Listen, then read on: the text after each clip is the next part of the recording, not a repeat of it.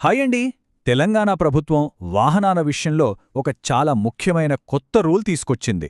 మీ car మీదో bike మీదో ఉన్న ఒక చిన్న స్టిక్కర్, అవును, ఒక చిన్న స్టిక్కర్ కూడా ఇప్పుడు మనల్ని చిక్కుల్లో పడేయచ్చు. అసలేంటా కొత్త రూల్? దాని ప్రభావం ఎలా ఉండబోతోంది? ఇప్పుడు వివరంగా తెలుసుకుందాం. అవును, ఇదే అసలైన ప్రశ్న.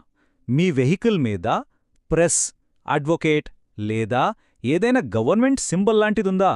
ఒకవేళ ఉంటే గనక ఈ కొత్త రూల్స్ గురించి మీరు ఖచ్చితంగా తెలుసుకోవాల్సిందే.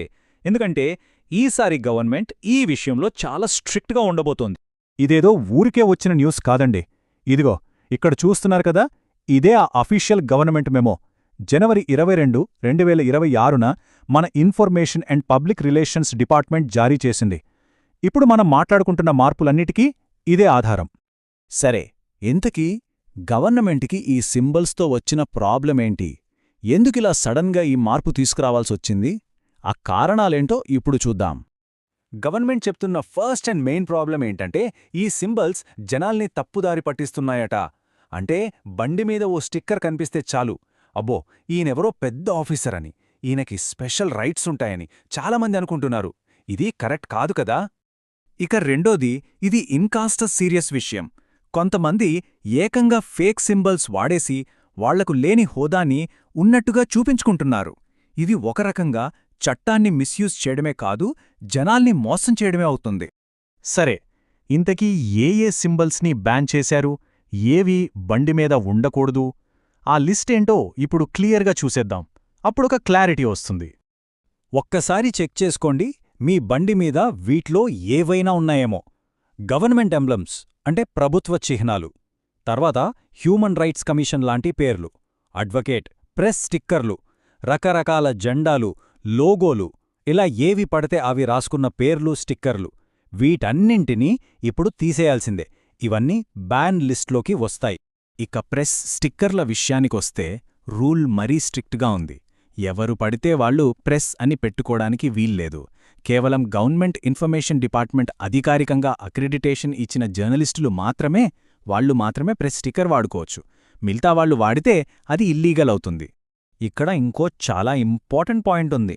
అఫీషియల్గా పర్మిషన్ ఉన్న జర్నలిస్టులు కూడా వాళ్ల బండి నంబర్ ప్లేట్ మీద మాత్రం ప్రెస్ అని అస్సలు రాయకూడదు.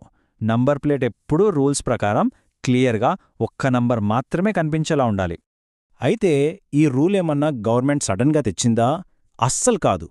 దీని వెనక ఒక స్ట్రాంగ్ లీగల్ బేస్ ఉంది. అసలు ఈ రూల్ ఎక్కడ్నుంచొచ్చిందో ఇప్పుడు చూద్దాం. దీని వెనుక ఒక ప్రాసెస్ ఉంది చూడండి. ఫస్ట్, కర్ణాటక హైకోర్టు 2025 ఏప్రిల్లో ఇలాంటి అనధికారిక సింబల్స్ని తీసేయాలని ఒక జడ్జ్మెంట్ ఇచ్చింది. ఆ జడ్జ్మెంట్ని బేస్ చేసుకుని మన ట్రాన్స్పోర్ట్ కమిషనర్ ఈ ఏడాది జనవరి 20న ఒక మెమో ఇచ్చారు. ఇక దాని తర్వాత ఫైనల్గా జనవరి 22న ఇన్ఫర్మేషన్ డిపార్ట్మెంట్ ఈ స్ట్రిక్ట్ ఆర్డర్స్ పాస్ చేసింది. సో ఇదంతా ఒకదానికొకటి లింక్ అయ్యుంది. నిజం చెప్పాలంటే ఈ రూల్ కొత్తదేం కాదు. మన దేశంలో 1989 నుంచే సెంట్రల్ మోటార్ వెహికల్ రూల్స్ ఉన్నాయి. ఆ రూల్స్ ప్రకారమే వెహికల్ నంబర్ ప్లేట్స్ మీద నంబర్ తప్ప ఇంకే స్టిక్కర్లు, పేర్లు, సింబల్సు ఉండకూడదు. తెలంగాణ ప్రభుత్వం ఇప్పుడు ఆ పాత చట్టాన్నే చాలా కఠినంగా అమలు చేస్తోందంతే. సరే, రూల్స్ తెలిసాయి, దాని వెనుక ఉన్న కారణాలు తెలిసాయి. మరి ఇప్పుడు నెక్స్ట్ ఏంటి? గవర్నమెంట్ దీనిని ఎలా ఇంప్లిమెంట్ చేయబోతోంది, జనంలోకి ఎలా తీసుకెళ్లబోతోంది? ఆ విషయాలు చూద్దాం. ప్రభుత్వం ముందు ఒక క్లియర్ యాక్షన్ ప్లాన్ ఉంది. 1, ఈ చట్టాన్ని వెంటనే చాలా స్ట్రిక్ట్గా అమలు చేయడం స్టార్ట్ చేస్తారు.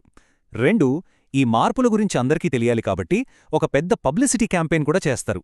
ఇక 3, మెయిన్గా ప్రెస్ స్టిక్కర్ను మిస్యూజ్ చేయడాన్ని ఆపడం మీద స్పెషల్ ఫోకస్ పెడతారు. సో మళ్ళీ మొదటికే వద్దాం. ఇప్పుడు ఈ వివరాలన్నీ తెలిసాక ఒక్కసారి ఆలోచించండి. మీ బండి మీదున్న స్టిక్కర్ నిబంధనలకు అనుగుణంగా ఉందా లేదా చెక్ చేసుకోవాల్సిన బాధ్యత మనదే. అనవసరంగా ఫైన్లు కట్టడం, ఇబ్బందులు పడటం ఎందుకు? ఇప్పుడే సరిచూసుకోండి.